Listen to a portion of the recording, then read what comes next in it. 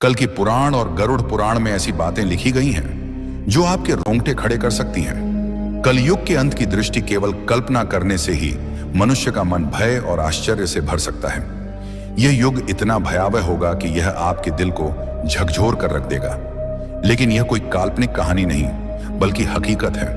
इन पवित्र ग्रंथों में लिखी गई बातें हमें आने वाले समय की भयंकर सच्चाई से अवगत कराती हैं। आज हम इन्हीं के बारे में विस्तार से जानेंगे और आपको बताएंगे।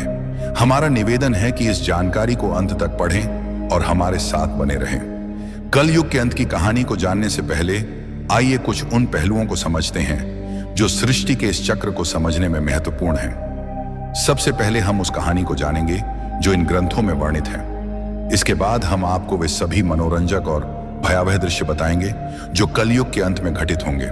तो हमारे साथ बने रहें, क्योंकि यह यात्रा न केवल ज्ञानवर्धक होगी बल्कि आपको गहराई से सोचने पर भी मजबूर करेगी।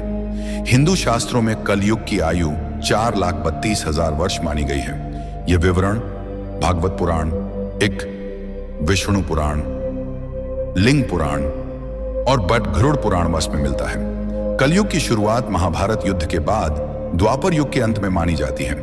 वर्तमान में लगभग 5,000 वर्ष बीत चुके हैं और अभी भी लगभग 4,27,000 वर्ष शेष हैं। इन ग्रंथों में कलयुग के लक्षण, मानव व्यवहार और इसके अंत के संकेतों का वर्णन किया गया है, जो हमें इस युग की चुनौतियों के प्रति सचेत करते हैं। महाभारत के युद्ध की समाप्ति के पश्चात जब धर्मराज युधिष्ठिर हस्तिनापुर के सिंहासन पर आसीन हुए, उनके मन में सृष्टि के भविष्य को लेकर अनेक प्रश्न और चिंताएं उत्पन्न हुई। द्वापर युग अब समाप्ति की ओर था और कलयुग के आगमन के संकेत स्पष्ट रूप से दिखाई देने लगे थे। युधिष्ठिर को यह भय सता रहा था कि आने वाले युग में मानव जीवन का स्वरूप क्या होगा, धर्म की स्थिति क्या रहेगी और सत्य का क्या हश्र होगा। इस चिंता का समाधान पाने के लिए उन्होंने अपने चारों भाइयों भीम, अर्जुन, नकुल और सहदेव के साथ भगवान श्री कृष्ण से परामर्श करने का निश्चय किया। युधिष्ठिर ने अपने भाइयों को बुलाया। अर्जुन, जो हमेशा युद्ध के लिए तत्पर रहते थे, ने चिंतित स्वर में पूछा, हे बड़े भ्राता, आप इतने व्याकुल क्यों हैं? क्या किसी शत्रु ने हस्तिनापुर पर आक्रमण करने का दुस्साहस किया है? यदि ऐसा है तो आप आज्ञा दीजिए, मैं अभी जाकर उसका नाश कर दूंगा। युधिष्ठिर ने गहरी सांस लेते हुए कहा, हे अर्जुन, मैं तुम्हारे पराक्रम से भली भांति परिचित हूं। इस पृथ्वी पर कोई भी शत्रु इतना साहसी नहीं कि हस्तिनापुर पर आक्रमण का विचार भी करे। मेरी चिंता किसी बाहरी शत्रु से नहीं बल्कि कलयुग के आगमन से है। मुझे यह भय सता रहा है कि आने वाले समय में मानव समाज किस दिशा में जाएगा, धर्म और सत्य की क्या स्थिति होगी। भीम, जो अपने बड़े भाई की हर चिंता में सहभागी होते थे, बोले, हे भैया, आपकी चिंता हमारे मन में भी भय और अनिश्चितता उत्पन्न कर रही है। कृपया हमें बताइए कि कौन सा संकट हमारे सामने है। युधिष्ठिर ने गंभीर स्वर में उत्तर दिया, हे भीम, तुम ठीक कहते हो। एक भयंकर संकट आने वाला है। मैं कल युग के प्रभावों के बारे में सोचकर चिंतित हूं। इसलिए मैंने निश्चय किया है कि हमें द्वारिकाधीश श्री कृष्ण के पास जाना चाहिए। केवल वही हमें इस चिंता से मुक्ति दिला सकते हैं। सभी पांडवों ने युधिष्ठिर की बात से सहमति जताई। अर्जुन ने कहा, आप सत्य कह रहे हैं भैया। श्री कृष्ण ही इस समय सबसे ज्ञानी और भविष्य दृष्टा हैं। हमें उनके पास जाना चाहिए। भीम ने भी उत्साहपूर्वक कहा, हे धर्मराज, मैं आपके साथ हूं। हम सब द्वारिका चलकर श्री कृष्ण से परामर्श करेंगे। इस प्रकार सभी पांडव द्वारिका की ओर प्रस्थान करने लगे। द्वारिका की पवित्र नगरी में पहुंचकर पांडवों का भगवान श्री कृष्ण ने हार्दिक स्वागत किया। युधिष्ठिर ने उनके चरणों में प्रणाम करते हुए कहा, हे केशव, आपको बारंबार नमस्कार। आप तो अंतर्जनानी हैं। द्वापर युग अब समाप्त होने वाला है और कल युग के संकेत दिखाई दे रहे हैं। मैं यह जानना चाहता हूं कि कल युग में मानव का स्वभाव और आचरण कैसा होगा, वह किन कर्मों में लिप्त होगा और मोक्ष प्राप्ति के लिए उसे क्या करना होगा। श्री कृष्ण ने मुस्कुराते हुए कहा, हे धर्मराज, आपकी जिज्ञासा उचित है। कलयुग के प्रभावों को समझना अत्यंत महत्वपूर्ण है, किंतु इसका उत्तर मैं आपको सीधे नहीं दे सकता। इसके लिए आपको और आपके भाइयों को कुछ विशेष अनुभव प्राप्त करने होंगे। युधिष्ठिर ने उत्सुकता से पूछा, हे माधव, आप जिस प्रकार की परीक्षा की बात कर रहे हैं, उसके लिए हमें क्या करना होगा? श्री कृष्ण ने कहा, हे महाराज, आपको और आपके चारों भाइयों को अलग अलग दिशाओं में स्थित घने और रहस्यमय वनों में जाना होगा। वहां आपको कुछ विचित्र और अद्भुत दृश्य दिखाई देंगे। उन अनुभवों को मेरे पास लौटकर साझा करें, तब मैं आपको कलयुग के प्रभावों के बारे में विस्तार से बताऊंगा। युधिष्ठिर ने कहा, जैसी आपकी आज्ञा केशव। आप जिस स्थान की ओर संकेत करेंगे हम वहां जाने को तैयार हैं। श्री कृष्ण ने कहा, आप और आपके भाई अलग अलग दिशाओं में जाइए। वहां भयंकर वन है। उनमें कोई असामान्य घटना दिखे तो उसे मेरे पास लौटकर बताइए। मैं आपको कलयुग का रहस्य समझाऊंगा। पांडवों के वन में अनुभव। श्री कृष्ण की आज्ञा का पालन करते हुए पांडव अपने रथों से उतरे और पैदल ही वन की ओर चल पड़े। वन का वातावरण शांत किंतु रहस्यमय था। पांडव अलग अलग दिशाओं में गए ताकि अधिक से अधिक अनुभव प्राप्त कर सकें। युधिष्ठिर का अनुभव। युधिष्ठिर को एक घने वन में एक विचित्र दृश्य दिखा। उन्होंने एक विशालकाय हाथी देखा जिसके 2 सूंड थे। यह हाथी अपनी दोनों सूंडों से वन के पेड़ों को उखाड़ रहा था, मानो उसकी शक्ति अतुलनीय हो। युधिष्ठिर आश्चर्यचकित हो गए और सोचने लगे कि यह दृश्य क्या संकेत देता है। अर्जुन का अनुभव। अर्जुन एक शांत और सुंदर वन में पहुंचे जहां पक्षियों की मधुर चहचहाहट गूंज रही थी। वहां उन्होंने एक विशाल पक्षी देखा जिसके पंखों पर वेदों की रचाएं लिखी थी, किंतु यह पक्षी मृत जीवों का मांस खा रहा था। अर्जुन ने सोचा, यह कैसा विरोधाभास है। एक ओर वेदों का ज्ञान, दूसरी ओर मांसाहार। भीम का अनुभव। भीम एक हरे भरे चारागाह में पहुंचे जहां गायों का झुंड चल रहा था। वहां उन्होंने देखा कि एक गाय ने बछड़े को जन्म दिया और उसे इतनी जोर से चाटने लगी कि बछड़ा लहूलुहान हो गया। भीम ने सोचा, यह कैसी ममता है जो अपने ही बच्चे को घायल कर रही है। सहदेव का अनुभव। सहदेव एक शांत जलाशय के पास पहुंचे जहां 7 कुएं थे। 6 कुओं में पानी भरा था, किंतु सबसे गहरा बीच वाला कुआं पूरी तरह सूखा था। सहदेव ने इस दृश्य को देखकर सोचा कि यह क्या संकेत देता है।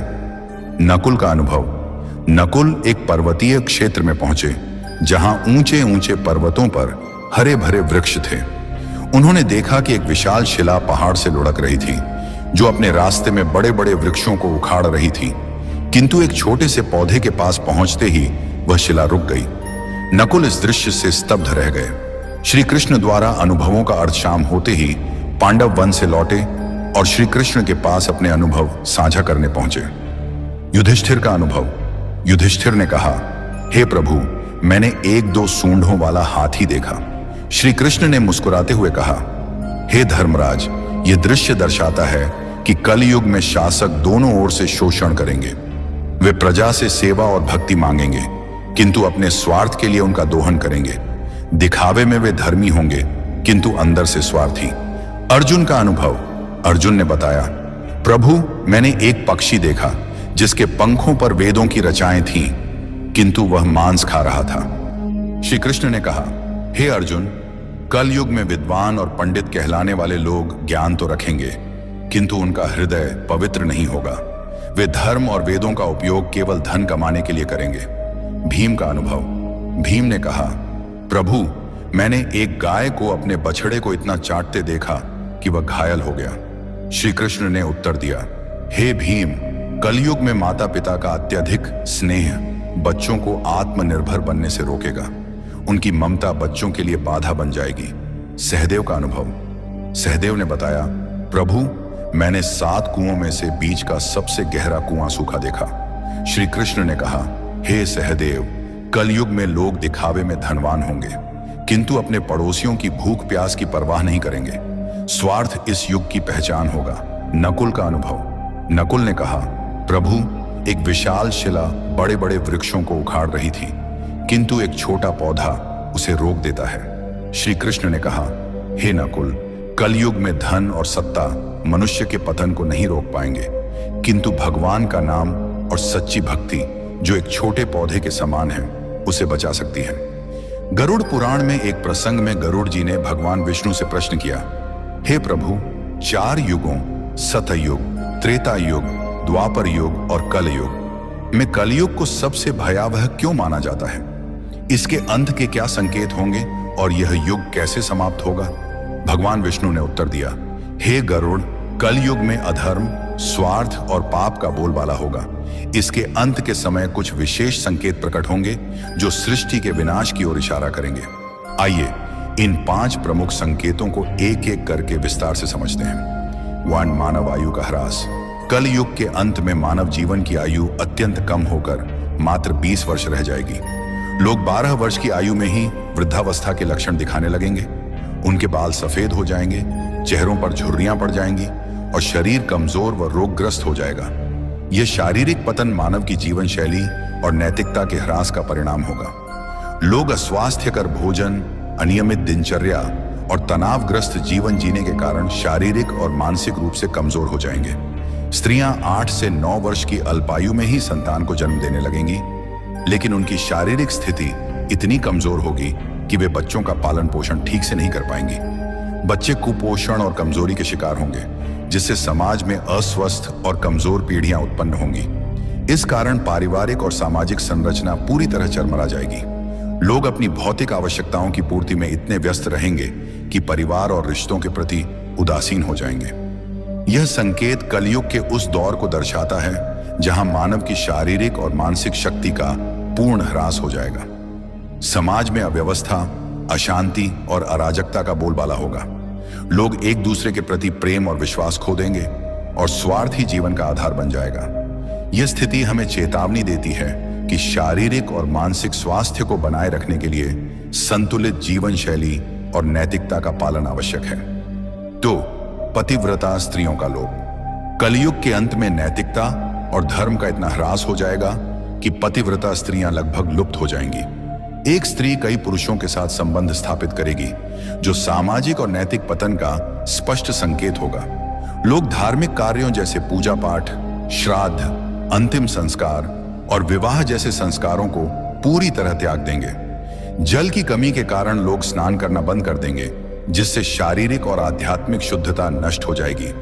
भोजन में मांसाहार का प्रभुत्व होगा और सात्विक भोजन जैसे फल, सब्जियां और अनाज दुर्लभ हो जाएंगे। लोग चमकीले, तंग और भड़कीले वस्त्र पहनेंगे, जो उनकी भौतिकता और आध्यात्मिकता से दूरी को दर्शाएंगे। समाज में स्वार्थ, लालच और छल कपट का बोलबाला होगा। रिश्तों में विश्वास की कमी हो जाएगी और लोग केवल अपनी सुख सुविधाओं के लिए जिएंगे। यह संकेत समाज में नैतिकता के पतन और रिश्तों के टूटने की स्थिति को दर्शाता है। लोग धर्म और कर्तव्यों से विमुख होकर केवल सांसारिक सुखों की तलाश में रहेंगे। यह स्थिति सामाजिक अविश्वास, अशांति और अनैतिकता को बढ़ावा देगी। गरुड़ पुराण हमें सिखाता है कि धर्म और नैतिकता का पालन ही समाज को स्थिर और सौहार्दपूर्ण बनाए रख सकता है। 3. वृक्षों का फलहीन होना। कलयुग के अंत में प्रकृति का भीषण विनाश होगा। वृक्ष फल और फूल देना बंद कर देंगे और केवल शमी वृक्ष ही जीवित रहेंगे। लोग शाकाहार को पूरी तरह त्याग देंगे और मांसाहार पर निर्भर हो जाएंगे। भोजन तामसिक और रोगकारी होगा, जिससे लोग कम उम्र में ही बीमारियों का शिकार हो जाएंगे। गायों की पूजा बंद हो जाएगी और उन्हें केवल दूध और मांस के लिए पाला जाएगा। यह संकेत प्रकृति के प्रति मानव की लापरवाही और अंधाधुंध दोहन का परिणाम है। वनों की कटाई, पर्यावरण प्रदूषण और प्राकृतिक संसाधनों के दुरुपयोग के कारण प्रकृति का संतुलन बिगड़ जाएगा। वृक्षों का फलहीन होना और प्राकृतिक संसाधनों का ह्रास पर्यावरणीय असंतुलन को और गहरा कर देगा। समाज में भोजन की कमी के कारण लोग भूख और कुपोषण से ग्रस्त होंगे। यह स्थिति हमें पर्यावरण संरक्षण और प्रकृति के प्रति सम्मान की महत्ता सिखाती है। 4. अल्पवृष्टि। कलयुग के अंत में वर्षा अत्यंत कम हो जाएगी। खेतों में अनाज का उत्पादन बंद हो जाएगा और जो थोड़ा बहुत अनाज होगा वह छोटा, रसहीन और पौष्टिकता से रहित होगा।